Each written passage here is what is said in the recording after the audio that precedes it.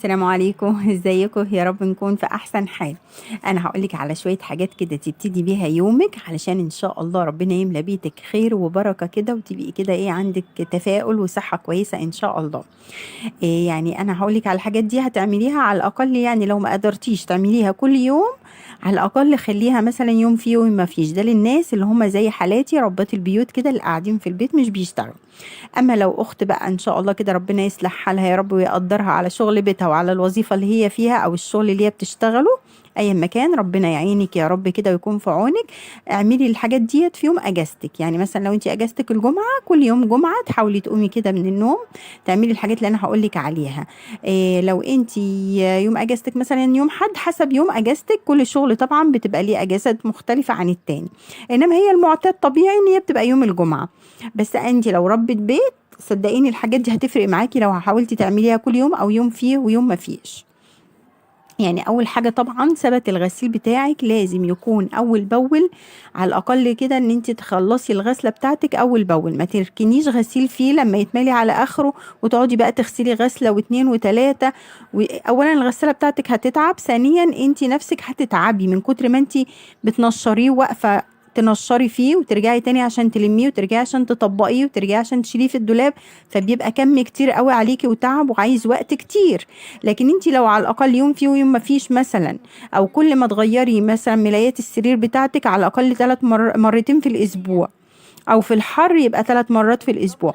في كل مره هتلمي فيها ملايات السرير مع طقم مثلا الولاد خلعوه وانتي مثلا خلعتي طقم، او زوجك مثلا، تشغلي عليهم دوره غسيل حلوه قوي وكويسين. مش هياخدوا كهرباء كتير معاكي، وفي نفس الوقت برضو هتحطي نص كميه المسحوق، مش هتحطي برضو مسحوق كتير لان هم حبه صغيره. كمان انت ما وقفتيش كتير عشان تنشريهم، ما وقفتيش كتير عشان تلمي وتطبقي وتوزعي على الدواليب، فمحدش هيعرف يعمل الشغلانه دي غيرك. يعني الولاد ممكن يساعدوكي في تنظيم سرايرهم، ممكن يساعدوكي في ان هم مثلا يكنسوا الارض او يلموا الورق او الحاجه لو مثلا موقعين حاجه، او القماشه اللي بتفرشيها مثلا عشان تاكلوا او كلام من ده هيساعدوكي فيها. لكن الغسيل بالذات محدش بيعرف يعمله غير الام. هي اللي هتغسل وهي اللي هتنشر وهي اللي هتلم وهي اللي هتطبق وهي اللي هتوزع في الدواليب. فكل دي بتاخد من وقتك ومجهودك طبعا. فانت زي ما قلت لك هتحاولي ان انت اول باول تغسلي يوم فيه يوم ما فيش، او كل يومين غسله. كمان لما تيجي تغسلي غسيلك حاولي مثلا تحطي كده الالوان اللي هي مناسبه مع بعضها، مش مثلا حاجات غوامق مع حاجات كده فواتح مع حاجات مثلا بيضة. الابيض ده طبيعي لازم ليه دورة غسيل لوحده، تجمعيه بقى ممكن على مدار الاسبوع كله، يبقى اخر الاسبوع هو لوحده كده الابيض.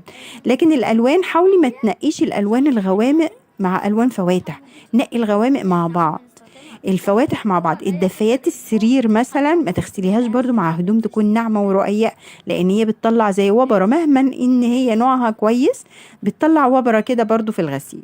فانت حاولي وانت بتختاري غسيلك تختاريه كده زي ما بقولك. كمان لما تنشريه شوفي الشمس، لازم تبقى الشمس ساطعة.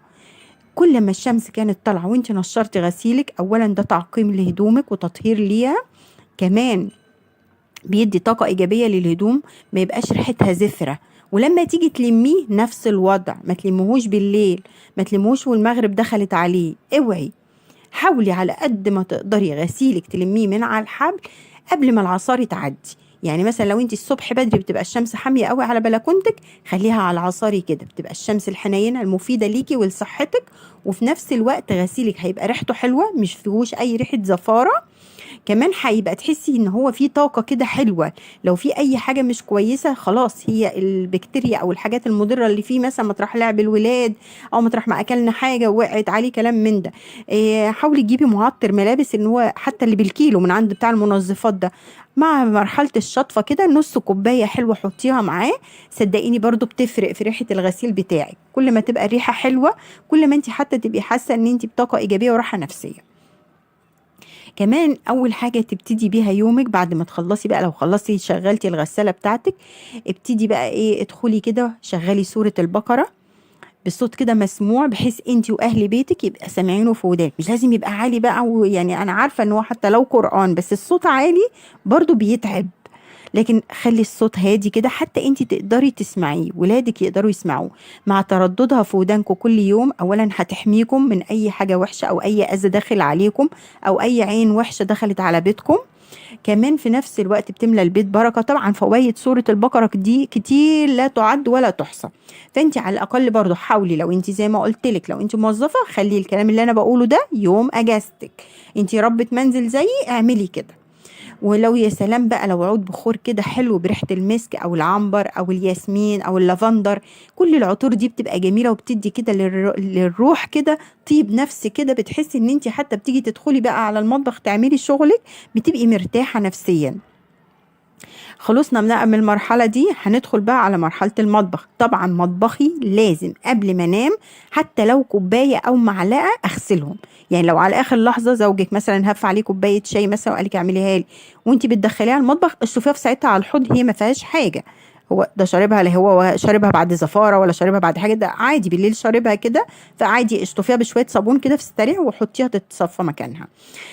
اي مواعين بتاعت غدا بتاعت عشاء غسلتيها اتصفت شيليها في مكانها، وروقي مطبخك وامسحي رخامتك حتى تصبحي الصبح داخله عندك يوم جديد بطاقه جديده. مش لسه هتدخلي تلاقي ايه مواعين العشاء مرميه في الحوض، اه ده الواد اكل بالليل مش عارفه ايه من الحاجه الحلوه اللي انا كنت عاملاها فراح رامي الطبق في الحوض ويليه معلقه اللي كان بياكل بيها، او مثلا اخته رخره مش عارفه شربت ايه راحت سايبه لك الطبق بتاعها. باباها نفس الكلام، هتبصي تلاقي الحوض مكركب.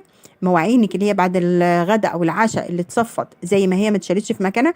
ما تقوليش ما انا هقوم من النوم اطبخ تاني، ما انا هقوم من النوم اسحب الحله دي تاني من الدولاب وانا بقى هدخل واطلع، لا خالص. ممكن على فكره ما تستعمليش نفس الحله، ممكن تاني يوم زي ما انا بعمل كده برام دس، ما انتيش عايزه الحل هتعوزي برام.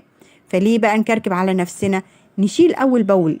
المطبخ صدقيني لو بدأتي يومك وهو مترتب ومكنوس ونضيف وريحته حلوه، مفيش اي زباله مفيش اي حاجه مرميه مفيش بواقي محطوطه، بيدي طاقه ايجابيه حلوه جدا. وبيخليكي تبداي شغل ان انت عندك ايه حماس، ده الدنيا رايقه. لكن عارفه لو الدنيا مكركبه هتلاقي نفسك ايه ده انا لسه هغسل ولسه هعمل ولسه هتدوس، تلاقي دماغك عماله تكرلك كميه الشغل اللي انت هتشتغليه النهارده، تلاقي نفسك اتعكننتي. فزي ما قلت لك كده بقيتي مطبخك نظيف، تحضري فطارك الجميل والولاد يساعدوكي. عودي الولاد ان هم اول ما يقوموا من النوم يغسلوا وشهم ويصلوا، سرايرهم كده تتشمس، حطي الحاجه بتاعتك في الشمس وعديلي السرير وظبطيه.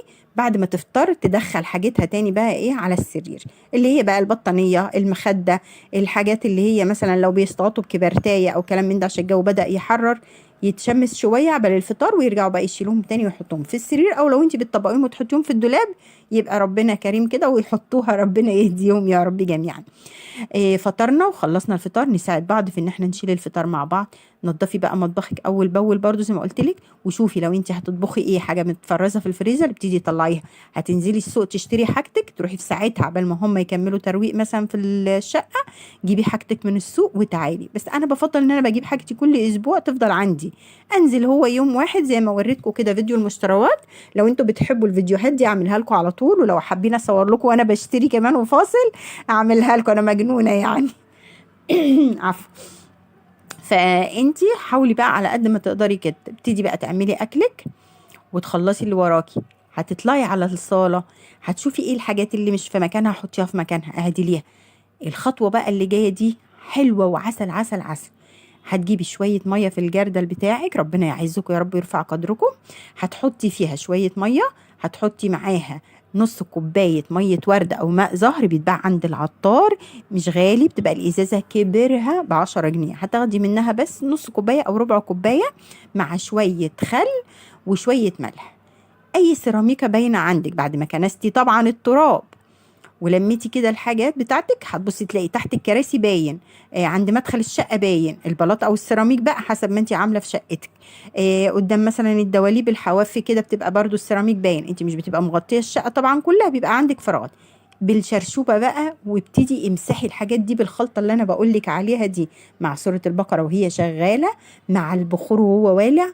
هتلاقي نفسك من جوه روحانياتك كلها مرتفعه ومفيش حاجه مأزماكي، مفيش حاجه مضايقاكي. حتى انت لو متضايقه من حاجه وانت بتعملي الحاجات دي بتديكي طاقه روحانيه حلوه جدا، بتخليكي تنسي، او بتعرفي ترتبي افكارك، او بتعرفي تتعاملي مع الحاجه اللي معاكي او الحاجه اللي مضايقاكي. لكن انت سايبه كله متراكم على بعض، والدنيا فيها تراب، والدنيا فيها مش عارف ايه، وقاعده بس تفكري انا هعمل ايه وهعمل ايه وهعمل ايه، ايه ده الشغل كتير، ده انا تعبت، لا لا لا انا مش هقدر اكمل ده كله خالص. لو عملتي الحاجات اللي انا بقولك عليها دي صدقيني هتفرق معاكي جدا في روحانياتك في الشغل وفي حبك للشيء اللي انت بتعمليه.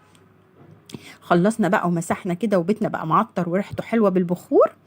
لما تيجي تطبخي الباميه، اول ما تطبخيها عشان تفضل خضرة زي ما هي، خلي النار عاليه وما تحطيهاش وهي متفرزه مثلا من الفريزر بالتلج بتاعها. حاولي تطلعيها تفكي شويه قبليها وبعدين تحطيها.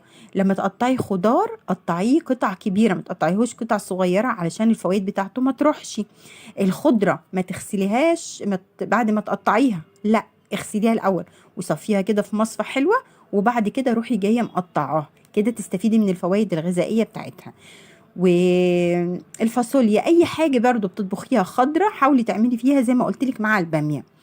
ولازم لازم لازم الملح ما يتحطش في اول الاكل. يعني وانت بتطبخي مثلا طبيخ وفي لحمه او في فراخ او في اي حاجه، ما تحطيش الملح في اول ما تبتدي خلاص تشوحي والكلام من ده. حطي توابلك وكل حاجه، لكن الملح ده يكون اخر مرحله.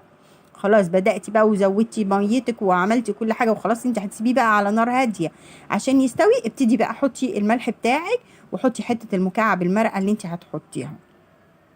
على فكرة الكيكة دي انا عاملاها من غير ولا بيضة، لو اخدتي بالك وانا بتكلم وانا بعملها في التصوير انا ما حطيتش فيها بيضة. وزي ما انت شايفة هي عالية وجميلة وهشة ازاي، وطعمها كان جميل جدا وخفيفة جدا للناس اللي ما بتحبش البيض او زفارة البيض، او الناس اللي هي عايزة توفر. طبعا ان البيض بقى دلوقتي اسعاره، وانا بيني وبينكم وانا ما كانش عندي بيض والولاد كانت هفت عليهم، فانا قلت اعملها لهم في السريع بالمرة والفرن والع. كنت بعمل بقى الدست، اتفضلوا معانا بألف هنا وشفا على قلوبكم. فقلت اعملها بالمره معاها في السريع كده، ما اخدتش حاجه في الخلاط، حطيت الحاجه كلها على بعضها وطلعت زي ما انتم شايفين كده. جربوها وان شاء الله ربنا يحسن ما بين ايديكم وتطلع حلوه. وزي ما قلت لك لو عملتي التريكات البسيطه اللي انا قلت لك عليها في حته التنشير، في حته الغسيل والتعطير البيت وان انت تعقمي حاجتك كده، هتلاقي نفسك حاجتك كلها فيها بركه، وربنا كده ايه مالي بيتك بكل بركه وحب. كمان ايه كنت عايزه اقول لكم عليه، اللهم صل على النبي. ايوه ان شاء الله لا قريب إله إلا انتظروا الله. مني أعوذ فيديو بالله من هعمل لكم الشيطان فيه الرجيم. ميزانيه للسنه كلها. هتبتدي ترتبي فيها مصروفاتك السنويه، اللي هي لو انت عايزه تشتري لبس للولاده ايام العيد، اللي هي لو مثلا حد فينا تعب فجاه وعندنا اي حاجه طارئه كده، ولد وقع اتعور، او مثلا حد فينا لا قدر الله محتاج تحليل او محتاج اشعه، ازاي يبقى معاه فلوس وعين ليها. ازاي ان انا ابتدي انظم مصروفاتي الشخصيه، ازاي ان انا ارفه على اولادي، طالع الصيف وعايزين يتفسحوا، عايزين يخرجوا في حته، عايزين يعملوا. هعلمك كل ده ازاي تعمليه وتنظميه وترتبيه من غير ما حاجه تيجي على حاجه.